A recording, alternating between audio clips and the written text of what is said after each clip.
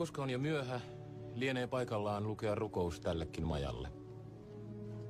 Varille meitä vihollisen juonilta sekä ennen kaikkea hänen tarkka-ampuiltaan ja suorasuuntaustykeiltään.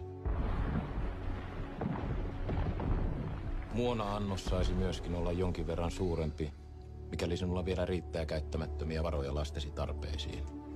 Anna siedettäviä ilmoja, että asiasi vartioiden olisi hauskempi seisoa vartiossa.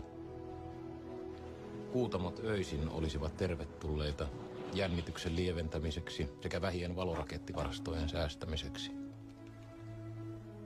Suojele kaikkia partiomiehiä, vartiomiehiä, merenkulkijoita ja hevosmiehiä, mutta tykkimiehistä älä ota niin suurta lukua. Suojele ylipäällikköä, yleisesikunnan päällikköä sekä pienempiäkin kihoja, mikäli nyt aikaa riittää. Suojele armeijakunnan komentaja, divisioonan komentaja, rykmentin komentaja, pataljoonaan komentaja sekä erikoisesti konekiväärikomppanian päällikköä.